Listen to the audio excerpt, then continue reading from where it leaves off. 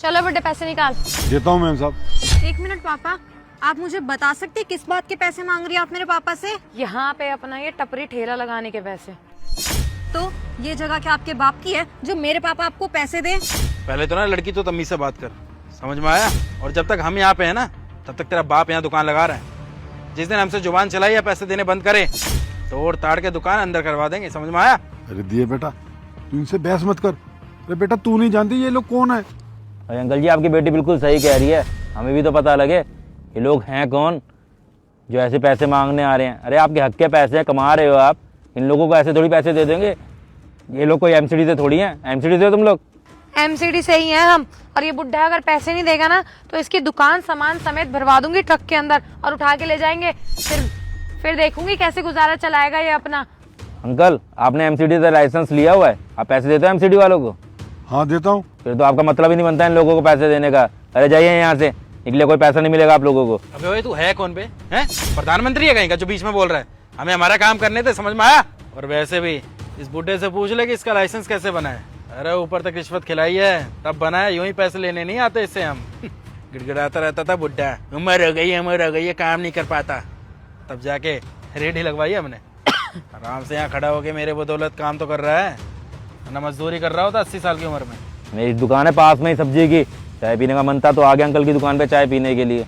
अच्छा, तू खुद ठेला लगाता है और यहाँ के बहसबाजी कर रहा है जैसे कहीं का शहंशाह हो। अरे अपनी लिमिट में रह के बात कर, अगर ऐसा ना हो उस बुड्ढे से पहले तेरी दुकान उठवा दूं मैं। अरे मैं नहीं देने वाला आपको 1 रुपया भी, क्योंकि मुझे पता है आप लोग फ्रॉड है। और वैसे भी मेरी दुकान तो पक्की दुकान है खुद की, कोई एमसीडी का लाइसेंस लेके नहीं बनाई है मैंने दुकान जो आप लोगों को पैसे दूंगा। मेरी दुकान को कोई हाथ भी नहीं लगा सकता ऐसे। हाँ पापा बिल्कुल सही कह रहे हैं भैया, आपको कोई जरूरत नहीं है इन लोगों को पैसे देने की। अरे मैडम जी ये दोनों पागल है, आप इनकी बातों में मत आए। मैं आपको भी पैसे देता हूँ। बुड्ढे तू पैसे निकाल और अगली बार से ना अपने चेले चपाटों को ना यहाँ से भगा दियो, नहीं तो सच में तेरी दुकान उठवा दूंगी बिना मतलब के। शक्ल क्या देख रहा है, पैसे निकाल। अरे रुक बेटा, मैडम जी मैं दे रहा हूँ पैसे, 1 मिनट लीजिए। चोंच चला रहा साला। पकड़। और तू चाहे तेरी कच्ची दुकान हो या पक्की, 2 मिनट नहीं लगेंगे मेरे को तेरी दुकान उठवाने में, तब देखूंगी कितना मुंह चलता है। बड़ा आया ठेली ठपारी लगाएगा और बहस करेगा हमारे जैसे लोगों से, फटीचर कहीं का। अच्छा अंकल जी, ये दुकान मेरी नहीं है, वरना बताता इन लोगों को। और वैसे भी आपकी बेटी ना बिल्कुल ठीक कह रही है। आप ना ऐसे लोगों को मुंह लगाते हैं तो आप लोगों को लूटते हैं ये लोग। अगर आप ऐसे लोगों को मुंह नहीं लगाएंगे ना, ये कुछ नहीं उखाड़ पाएंगे आपका। देखिए साहब जी, हम लोग तो गरीब आदमी हैं, यहाँ काम करते हैं तो इन्हें पैसे देते हैं। अगर इन्हें हम पैसे नहीं देंगे ना साहब तो ये हमें काम नहीं करने देंगे, हमारी रेडी उठा के ले जाएंगे। साहब हम क्या करें? आपको एक अच्छी सलाह दे रहा हूँ अंकल, अगर आप सही है ना तो इन लोगों से डरने की कोई जरूरत नहीं। इन लोगों की कंप्लेंट करो, और अगर आप गलत हो ना तो ही डरो। जहाँ तक मुझे पता है आप कहीं से भी गलत नहीं हो, तो ऐसे लोगों से ना डरना बंद करो, उनको पैसे देना बंद करो, वरना ना ये ऐसे ही और गरीब लोगों को भी लूटने पहुंच जाते हैं। अब साहब जी इन लोगों से हम बहस करेंगे तो काम कैसे करेंगे? सही बात है, इंसान गरीब होता है ना उसी चीज़ का ये लोग फ़ायदा उठाते हैं। अगर इंसान पढ़ा लिखा हो, नॉलेज हो, तो ऐसे लोग कुछ नहीं कर सकते उसका। अरे हमारा क्या, हम तो इन्हें पैसे देते रहते हैं, अपना काम करते रहते हैं। अब आप बता रहे हैं आपकी पक्की दुकान है, सब्जी की दुकान है, हम ठहरे रोड वाले, हम रोड पे रेडी लगा रहे हैं, हमें तो पैसे देने पड़ेंगे ना। और आपको तो कोई दिक्कत का सामना करना ही नहीं पड़ता, सारी परेशानियां हमारे सामने ही आती हैं साहब जी। अगर हमने इन्हें पैसे ना दिए ना तो ये ठहरे एमसीडी वाले, ये तो हमारी रेडी उठा के ले जाएंगे। और बेटा तू कह रही थी हम इन्हें पैसे क्यों दे रहे हैं? अगर बेटा हम इन्हें पैसे नहीं देंगे ना तो ये गाड़ी लेके आएंगे, हमारी रेडी उठा के ले जाएंगे और ये सारा सामान भी ले जाएंगे, फिर हम क्या करेंगे? आप चिंता मत कीजिए, इन लोगों को सबक अब मैं सिखाऊंगा। यस सर, आपने बुलाया? हाँ, आप दोनों को बुलाया। ये लीजिए, उठा लीजिए इन्हें। वाओ सर, ये हमारा प्रमोशन लेटर है। रेजिग्नेशन लेटर आप दोनों का टर्मिनेट किया जा रहा है आप दोनों को, इसलिए अपना रेजिग्नेशन लेटर उठाओ और निकलो यहाँ से। क्या सर, ये आप क्या बोल रहे हैं? Resignation letter? लेकिन हमें तो लगा था कि हम इतना अच्छा काम करें, आपने हमें प्रमोट किया होगा, बट हमें टर्मिनेट क्यों कर रहे हैं? हाँ सर, क्या बता सकते हैं कि आप ये हमें रिजाइन देने के लिए क्यों बोल रहे हैं? शायद लगता है तुम दोनों ने मेरा चेहरा पहचाना नहीं है।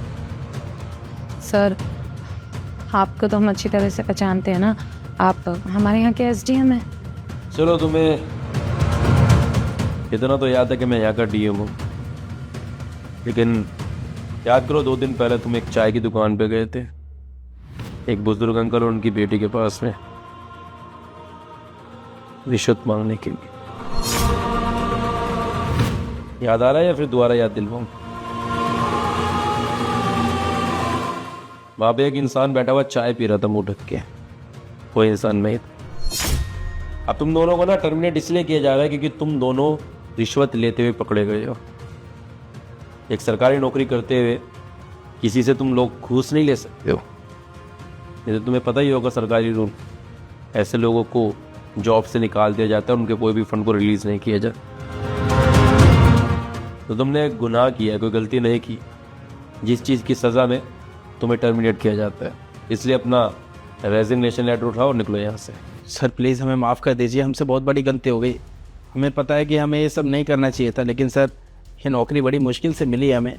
अगर आप ऐसे ही हमें जॉब से निकाल देंगे सर, हम रोड पे आ जाएंगे। सर माफ़ कर दीजिए सर, हाथ जोड़ते हैं आपके। Sir I am really sorry. Dharmendra बिल्कुल सही कह रहा है, हमें ऐसे नहीं करना चाहिए था और हम अपनी गलती के लिए शर्मिंदा हैं और प्रॉमिस कि हम दोबारा कभी ऐसे नहीं करेंगे। Sir we are really sorry, but हमें ऐसे जॉब से मत निकालो, इतनी अच्छी जॉब हमारी चली जाएगी। कैसे आप ऐसे मत करिए प्लीज़ सर। कैसे सर, आप टेंशन मत लीजिए, अगर आप कहेंगे तो हम आपको भी कुछ % दे दिया करेंगे, लेकिन किसी और ने तो देखा भी नहीं है ना, वैसे बस आपने ही देखा है मेरी रिश्वत लेते हुए। Sir please I am sorry, हम आपका कुछ % बना देते हैं, आप भी ले लेना उसमें से। अच्छा, तो तुम दोनों को लगता है कि तुम दोनों रिश्वतखोर हो, तो मैं भी रिश्वत ले लूंगा? मुझे खरीदने की कोशिश कर रहे हो? शुक्र मनाओ चुपचाप तुम लोगों को ना इस ऑफिस से निकलवा रहा हूँ, जेल नहीं करवा रहा। अगर दिमाग खराब करोगे ना, अगली बार मुझे रिश्वत देने की कोशिश की तो तुम दोनों को जेल में पहुंचवा दूंगा, ठीक है ना? तो इसलिए अपना लेटर उठाओ, निकलो यहाँ से।